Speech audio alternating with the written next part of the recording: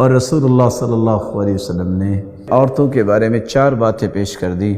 اگر کوئی عورت اختیار کر لے زندگی بھر اس کی پریشانیاں ختم ہو سکتی ہیں. آپ نے ایک لفظ بولے کہ عورت کے اندر 3 صلاحیتیں ہونی چاہیے.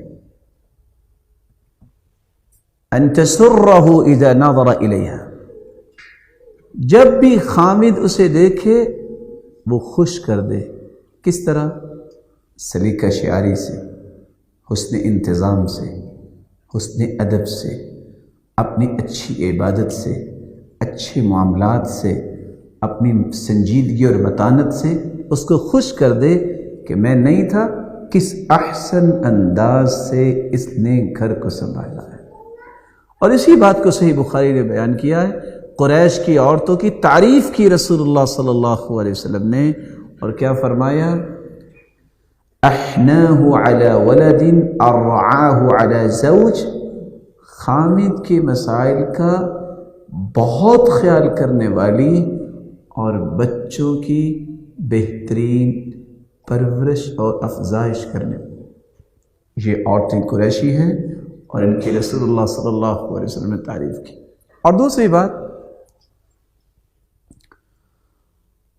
ان تطیعہ اذا امرہا، جب بھی وہ حکم دے تو صرف ایک مرتبہ کہہ دے ٹھیک ہے، تو کبھی پریشانی نہیں ہوگی. سعید بن مسیب رحمہ اللہ کی بیوی سے پوچھا تھا عورتوں نے، آپ اپنے خامدوں سے بات کیسے کرتی ہیں؟ تو انہوں نے جواب دیا تھا، اور یہ نوٹ کرنے والا جملہ ہے، کما تکلمون، کما تکلمون امراءکم، جس طرح گورنر سے تم بات کرتے ہو اس طرح ہم اپنے خامدوں سے بات کرتے ہیں. اور اگر کوئی کہہ دے کہ یہ کام کرو اور آگے سے آواز ہے نوٹڈ، تو کیا نتیجہ ہوگا؟ بہت سارے نوٹ جو ہے وہ فٹ نوٹ آ جائیں گے. یہ بصیرت ہے، یہ حکمت ہے.